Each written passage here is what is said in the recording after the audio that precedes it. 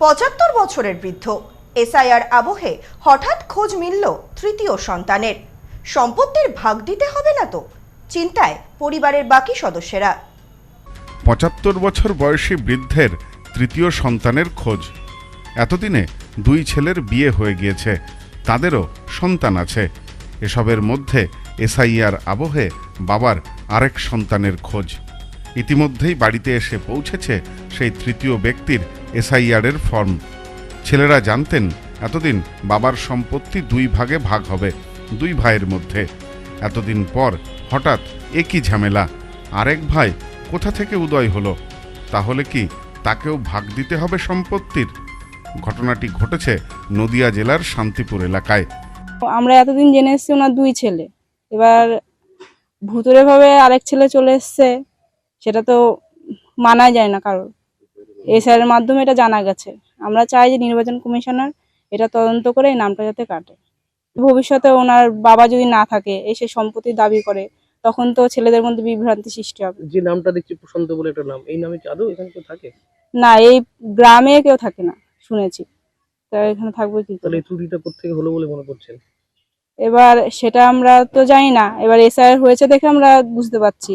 এবার কেউ তো করেছে, না করলে তো এটা এমনি আসেনি। এলাকার বাসিন্দা বছর 75-এর বৃদ্ধ সুভাষচন্দ্র রায়। সুভাষবাবুর ছেলে গোবিন্দ রায় ওই পার্টের বিজেপির বিএলও 2। গোবিন্দ বলেন, আমরা 2 ভাই, পরিবারে মোট 5 জন সদস্য, বাবার 2 সন্তান।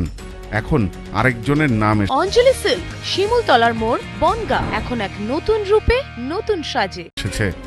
পরবর্তীতে সে যদি সম্পত্তির দাবি করে, তো 2 ভাই, আমরা ফ্যামিলির 5 সদস্য। এবারে বাবার নামে আমাদের ঠিকানা আরেকটা সন্তান এসে, এটাকে তো আমরা চিনি না বা জানি না। এটার জন্য আমাদের সমস্যা, যে এটা যাতে ভোটে যাতে নাম না থাকে, তার জন্য আমরা এই ব্যবস্থা করছি।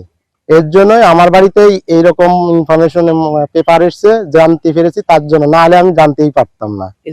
এসআইআর এর জন্য আমরা জানতে পেরেছি। এতে সমস্যা কি হতে পারে? সমস্যা, আমরা 2 ভাই, একেতে বাবার সম্পত্তি আছে, ভবিষ্যতে দেখা গেল বাবা মারা গেল, তখন সে দাবিদার করতেই পারে, তখন তো আমাদের একটা বিভ্রান্তি সৃষ্টি হয়ে যাবে। এই নিয়ে কোথাও জানিয়েছেন আপনি? এখানে আমরা বিডিওকে জানিয়েছি। লিখিতভাবে? হ্যাঁ, বিডিও বলেছে তোমরা বিএলওকে ওটা জমা করে দাও, আমরা লিখিতভাবে ওটা তোমার বাবার থেকে লিখিতভাবে এটা জমা দিলে নামটা কেটে যাবে। ঘটনায় এলাকা জুড়ে যথেষ্ট চাঞ্চল্য ছড়িয়েছে। এসবের মধ্যে প্রতিবেশীরাও অনেকেই সন্দেহের চোখে দেখছেন বিষয়টি। রানাঘাট উত্তর পশ্চিম বিধানসভার 87 নম্বর এলাকার 60 নম্বর বুথের এই চাঞ্চল্যকর ঘটনায় এখন লোকের মুখে মুখে ছড়াচ্ছে। জানা গেছে বিএলও রায়বাড়িতে সুভাষচন্দ্র রায়ের তৃতীয় সন্তান হিসাবে শান্তনু রায় নামে এক অচেনা ব্যক্তির ফর্ম দিয়ে গিয়েছেন। ফলে স্বাভাবিকভাবেই প্রশ্ন উঠছে, কোথা থেকে এলো এই শান্তনু নামের ব্যক্তি? এ বিষয়ে সুভাষবাবু বলেন, আমার 2 ছেলে, তাদের বিয়ে হয়ে গেছে। ছেলের শ্বশুরবাড়ির লোকেরাও জানে আমার 2 সন্তান। হঠাৎ করে তৃতীয় সন্তান কোথা থেকে এলো আমি বলতে পারবো না। আমার 2 ছেলের জায়গায় 3 ছেলে হয়েছে, আতঙ্ক ওই জায়গায়। আমার কি করে হলো 3 ছেলে? কি করে হলো আমি জানি না বাবু, কিছু আমার ছেলেরাও জানে না, বা আমার বৌমারাও জানে না। টাকারও যখন আনছি, টাকার মা বাবাও দেখেছি আমার 2 ছেলে, এখন 3টে এলো। তারাও টাকার বাড়িতে তো, বৌমাকের বাড়িতে তো বলবে যে আরে তোর ছোট 2 ছেলে এখন 3টে এলো কোথার থেকে, তাহলে তোকে সম্পদের ভাগ নিয়ে যাবে। এই এলো আমার আতঙ্ক।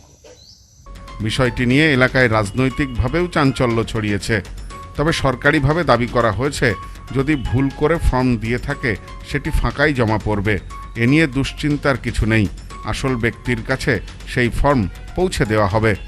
শান্তনু রায় নামে একজন মানুষের একটি ফর্ম নিয়ে শুনলাম আপনাদের মুখে, যিনি 87 পার্টের, আমাদের 87 বিধানসভার 60 নম্বর পার্টের হয়তো বাসিন্দা নন, ভোটার নন। তার ফর্মটা বিএলও কাছে চলে গেছিল। এবার 87 পার্টের যদি না হন, 86 বা অন্য কোনো পার্টের হয়, সেই শান্তনু রায়কে আমরা ফর্ম পৌঁছে দেবো। এটা এমন কিছু জটিল বিষয় নয়। উনি যদি ওখানকার ভোটার না হন, ওখানের যে ড্রাফট রোলটা আমাদের বেরোবে, সেই ড্রাফট রোল থেকে তার নাম বাদ যাবে। পরে উনি যেখানকার ভোটার সেখানে নিশ্চয়ই নাম তুলে নেবেন। Bureau report, news no man's land, Nadia. Sampriti guest house hotel and restaurant. সমস্ত আধুনিক সুবিধাযুক্ত AC double bedroom, standard double bedroom, twin bedroom, deluxe double bedroom. আমাদের হোটেলেই রয়েছে বাঙালির খাবার সহ মাল্টি কুইজিন রেস্টুরেন্ট। শহরের মধ্যে অথচ সম্পূর্ণ নিরাপদ পরিবেশে থাকা খাওয়ার একমাত্র ঠিকানা Sampriti guest house hotel and restaurant, Chakdah road, টবাজার, বনগাঁ। ফোন 03215257603।